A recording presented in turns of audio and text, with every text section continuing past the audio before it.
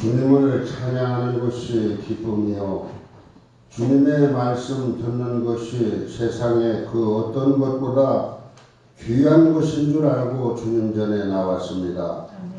사랑으로 충만하신 하나님 아버지, 늘 세상 소리를 듣고 살아가고 있는 우리를 버리지 아니하시고 구원이 여호와께 있음을 알고 이 예언의 말씀을 읽고 듣고 기록한 것을 지키는 복된 자리에 저희들을 불러주심을 감사합니다. 오늘도 구원의 감격과 기쁨을 가지고 이 시간 신령과 진정으로 나아가오니 이 전에서 예배드리는 사람마다 살아계신 하나님을 만나게 하시고 잠자던 영혼이 깨어나며 상한 심령이 치유받고 병든 육체가 고침받는 은혜의 시간이 되게 하여 주시옵소서. 코로나 감염병 등으로 세상 살아가기가 정말 힘이 들고 우리의 기도 소리가 한숨이 되어 나올 때 하나님은 결코 유면하지 아니하시고 우리의 작은 신음까지도 들으시고 응답하시는 분이시기에 이 시간 세상에서 시달린 우리의 모든 시름들을 주님의 십자가 밑에 다 내려놓을 때 믿고 기도하는 이마다 응답받는 역사를 체험하게 하여 주시옵소서. 가정의 달 5월을 맞이하여 하나님의 허락하신 가정을 통해 안식하며 행복한 삶을 누리고 살아가게 하시니 참으로 감사합니다. 항상 우리 곁에 있기에 가족에 대한 소중함을 잊고 살지는 않았는지 돌아보니 이 5월이 다 가기 전에 주님의 사랑으로 서로 화해하며 사랑하며 지낼 수 있게 사랑에 빚진 마음을 허락하여 주시옵소서. 하나님, 이 시간 바라옵기는 구원받지 못한 내 가족과 친척, 이웃을 위해 간절히 기도하는 성도들의 기도를 들으시고 가까운 시일 내에 우리 모든 가족이 하나님 앞에 나와서 함께 예배 드리는 구원의 축복도 허락하여 주시옵소서. 특별히 우리 속천교회 기관과 목장들을 위해 기도드립니다.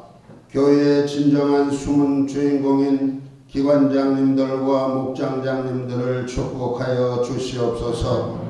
이분들의 열정과 헌신을 기뻐 받아주시고 전하고 치리하는 그 입술을 성령께서 기름 부어주시고 기관장님들과 목장장님들을 통해 일하게 하여 주셔서 많은 영혼들이 하나님 앞으로 돌아오는 귀한 열매 맺음도 있게 하여 주시옵소서. 오늘도 하나님의 말씀을 전해주실 우리 주님의 사자 이진철 담임 목사님에게 성령님 함께하여 주시옵소서. 말씀을 전하실 때 생명수 말씀으로 우리의 심령들에게 전하여지게 하시고 듣기만 하고 행함이 없는 자 되지 않고 그 말씀 따라 험악한 세상을 승리하며 살아가는 순종의 종들이 다 되게 하여 주옵소서. 찬양으로 하나님께 영광을 드리는 찬양단의 귀한 찬양을 기쁘게 받아주시고 이른 아침부터 교사로 헌신하는 귀한 손길들과 차량 운행과 안내로 청소로 주방봉사로 섬기는 아름다운 손길들을 우리 하나님께서 기쁘게 받아 주시옵소서.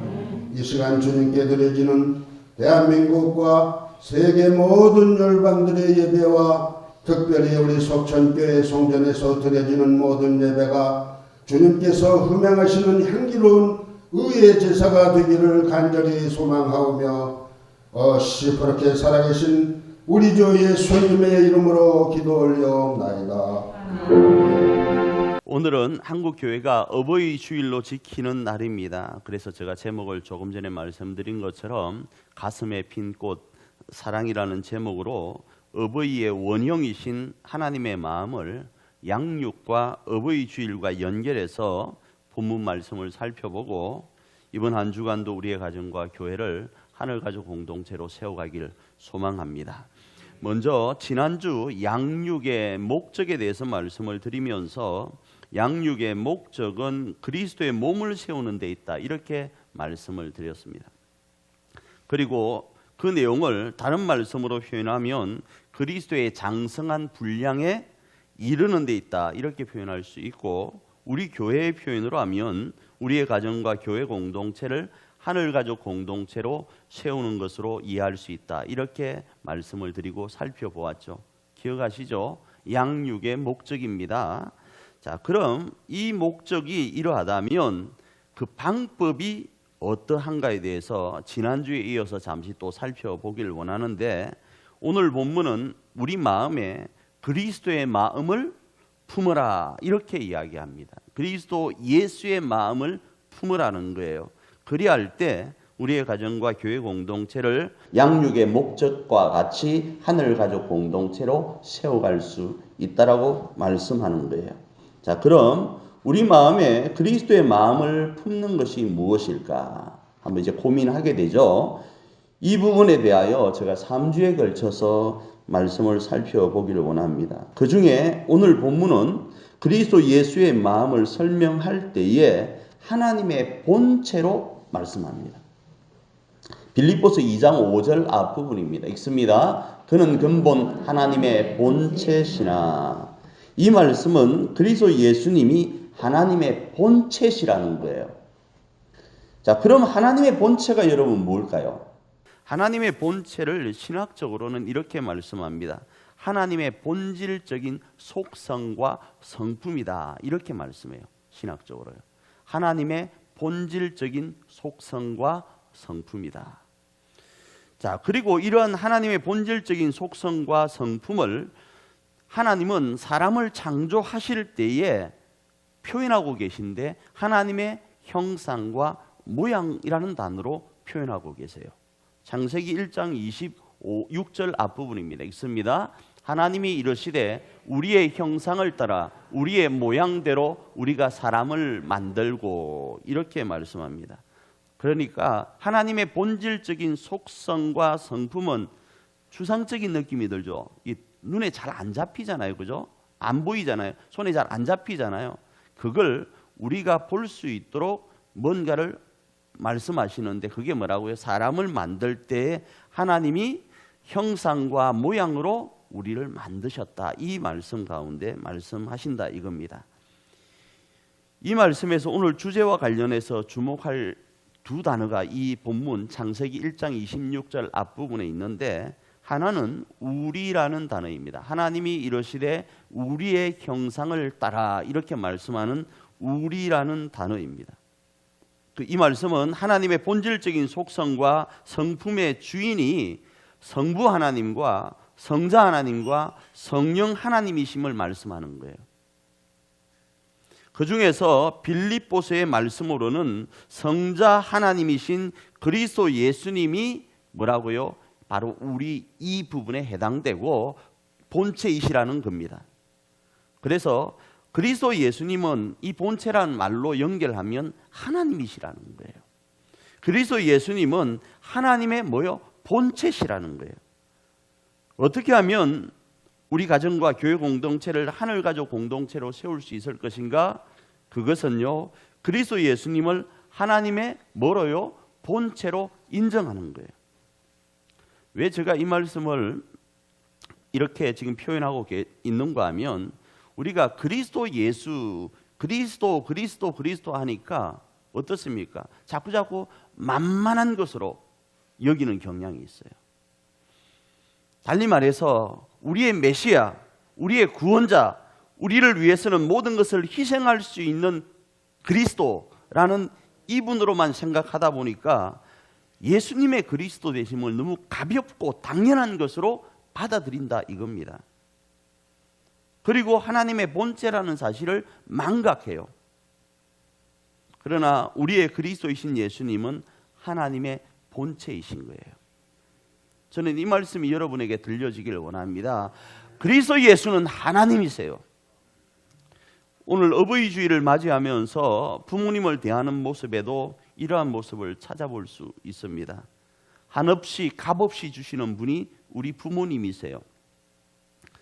그래도 되는 분, 당연시 하는 경우가 우리 가운데 있습니다. 왜요? 부모님은 당연히 지금부터 내가 눈을 뜰 때부터 그러하셨던 분이기 때문에 그렇게 하시는 건 당연한 것으로 여겨요. 그러나 그분은 우리의 부모님이세요. 자, 다음으로 생각해 볼 단어가 형상과 모양이라는 단어입니다. 다시 한번 읽어볼까요? 창세기 1장 25절 앞부분 시작. 하나님이 이르시되 우리의 형상을 따라 우리의 모양대로 우리가 사람을 만들고.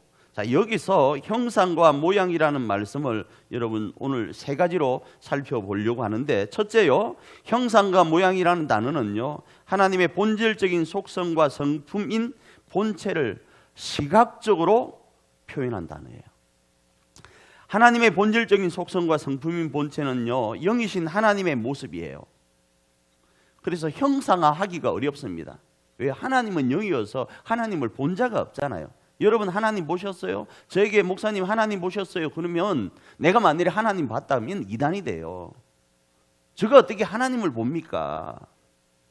하나님 못 봐요. 이 눈으로 보면 죽어요. 내가 누누이 말씀드리잖아요.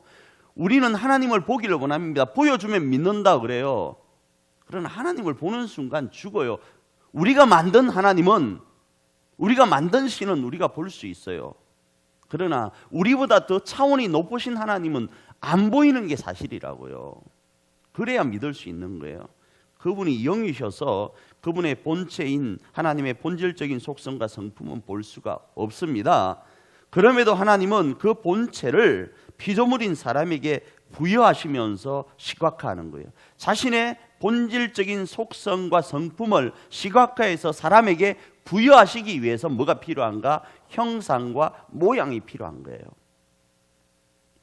이 말은 자신의 가치를 피조물인 우리에게 주시는 것으로 이해할 수 있습니다.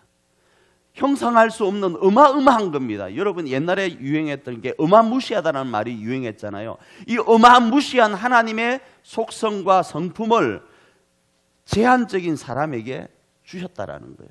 하나님의 어마무시한 가치를 이 제한적인 사람에게 부여하셨다라는 거예요.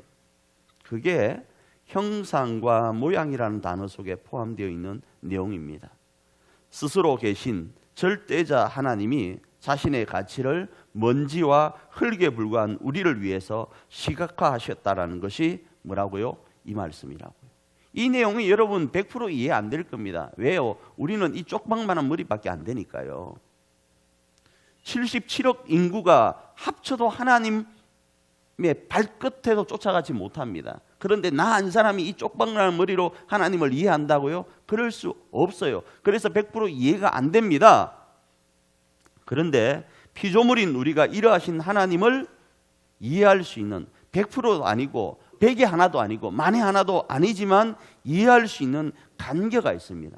그 간격가 뭔가 하면 부모가 자식에게 허락하시는 내리사랑이에요. 제가 사랑의 종류에 대해서 말씀하면서 네 가지를 설명한 게 있죠. 에로스가 있고 그 다음에 필레오가 있고 스톨게가 있고 아가페가 있다 하면서 한번 말씀드린 게 있었어요. 아가페는 하나님의 사랑, 스톨게는 부모의 사랑, 에로스는 이성 간의 사랑, 그 다음에 필레오는 우정, 이런 말씀을 드렸었죠. 그죠?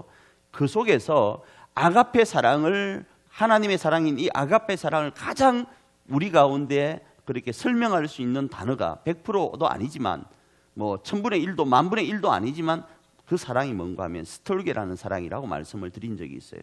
그 사랑이 뭔가 하면 부모의 사랑이라는 거예요. 내리사랑요. 부모는요, 자녀를 출산할 때 자신의 뼈와 살을 다 내어줍니다. 자신의 뼈와 살을 내어줬기 때문에 자녀들이 지금 뼈와 살을 가지고 있는 거예요. 이게 안 믿기죠?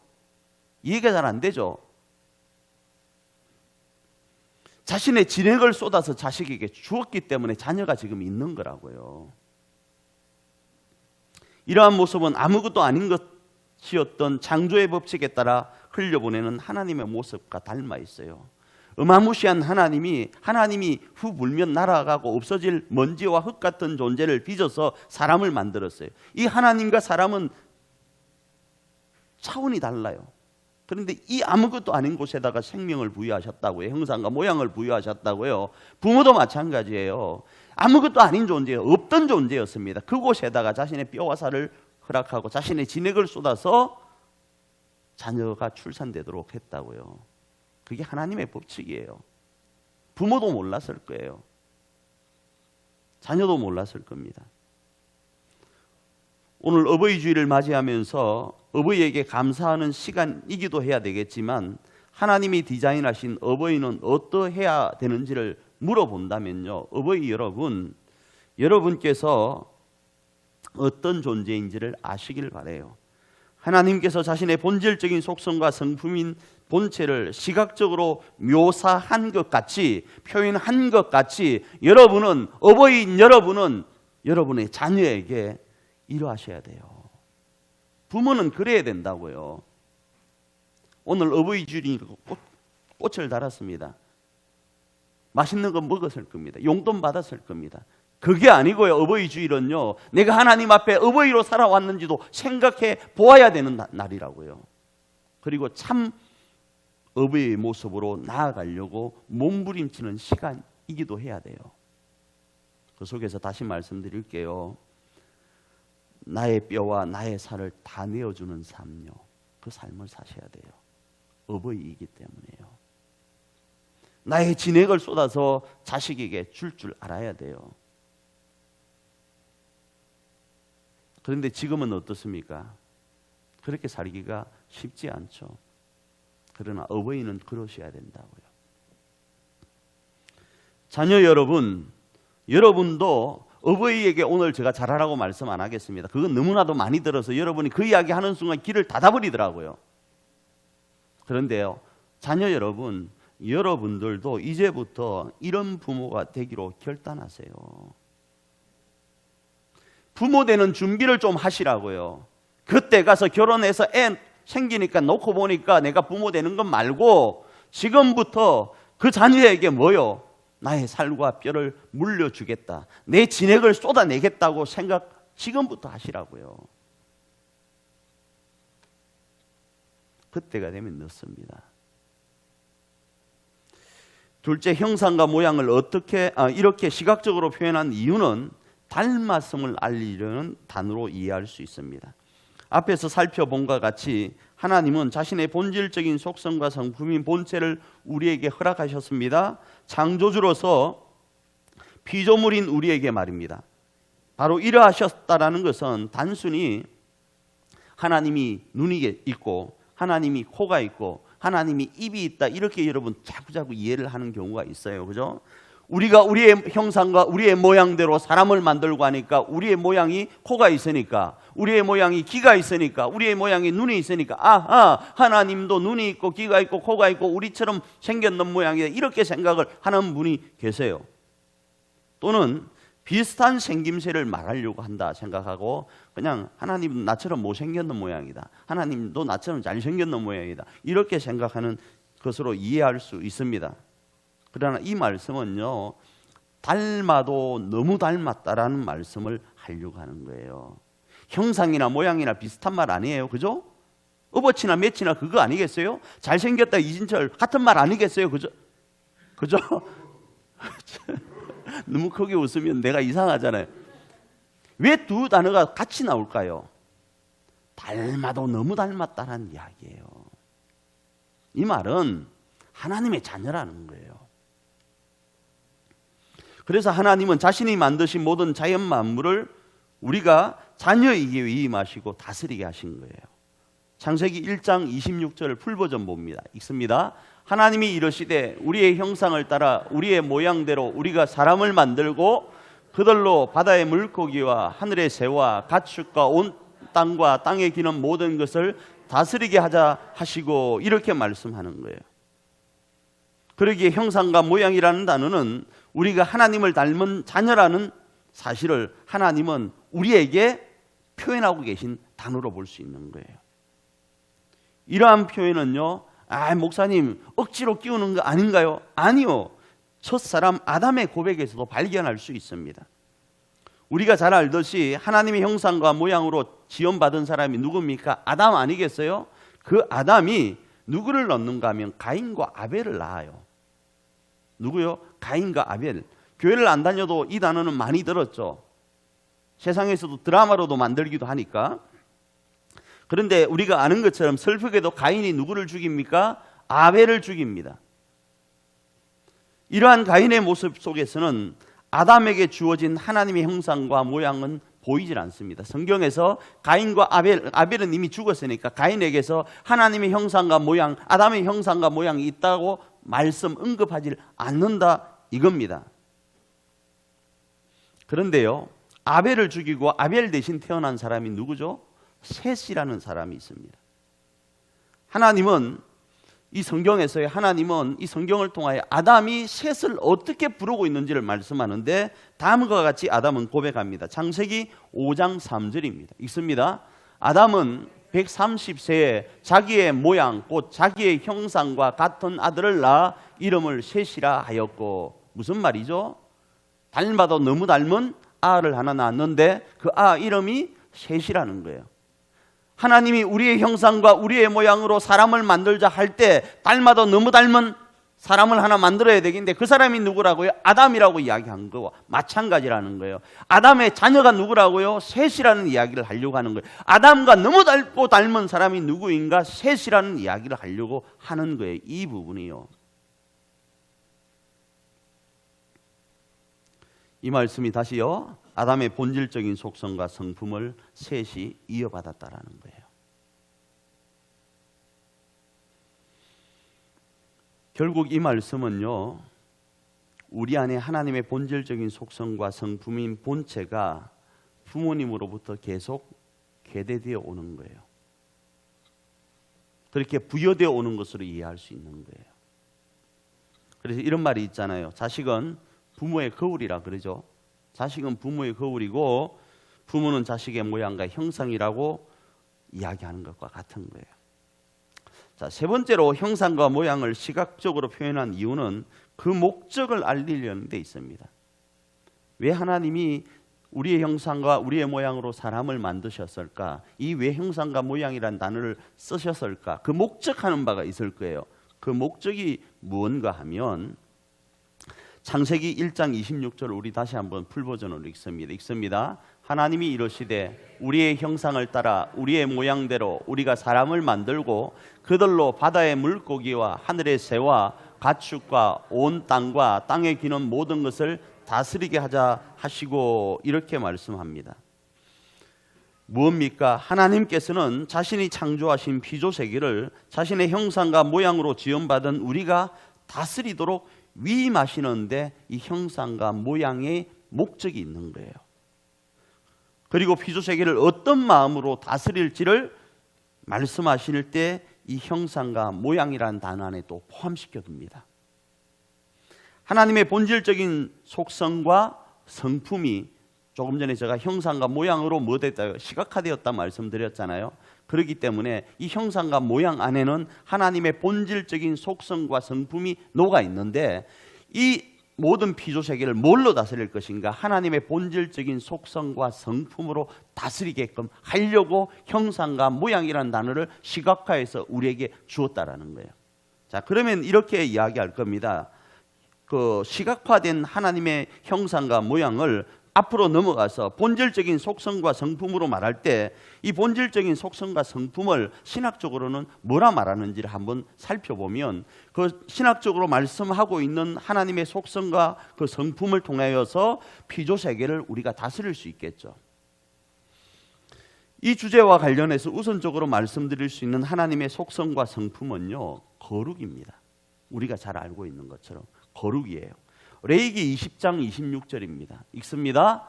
너희는 나에게 거룩할지어다. 이는 나 여호와가 거룩하고 내가 또 너희를 나의 소유로 삼으려고 너희를 만민 중에서 구별하였음이니라. 이렇게 말씀합니다. 또 하나가 있는데 그건 사랑이에요. 요한일서 4장 8절 뒷부분입니다. 읽습니다. 하나님은 사랑이심이라. 그렇습니다. 하나님은 우리를 이러하심으로 다스리세요. 우리를 다스리 나가시는데 하나님은 우리를 케어해 가세요. 하나님은 우리를 자녀 삼으시고 우리를 이끌어 가시는데 어떻게 이끌어 가시는가? 거룩하심과 사랑으로 이끌어 가세요. 절대로 하나님은 세상과 우리를 이끌어감에 있어서 타협하지 않습니다. 세상과 비교하지도 않아요. 자신의 거룩함으로만 이끌어 가세요. 자신의 방법으로만요. 살다 보니까 이런 애하고 이렇게 바꾸고 살다 보니까 요런 애하고 이렇게 바꾸는 게 아니고요. 자신의 거룩하심 그것으로 이끌어 가신다고요. 우리를 다스리신다고요. 또요. 절대자인 자신에게 한 줌의 먼지와 흙에 불과하지만 자신 속에 자신의 가슴에 핀 꽃이 있는데 그게 사랑이라고 제가 이제 제목으로 말씀드렸잖아요. 그 사랑으로 우리를 이끌어 가세요. 저는 이게 여러분에게 믿어지길 바라요. 시간 관계상 오늘은 이 부분 정도까지만 다루고 다음 주에도 다루겠지만 저는 이 말이 하나님이 거룩하심으로 우리를 이끌어 가시고 하나님이 자신의 그 엄청난 사랑으로 우리를 이끌어 가시고 다스려 가시는 것이 믿어지길 바라요. 그리고요. 우리에게 이 형상과 모양을 부여하셨잖아요. 무슨 말일까요?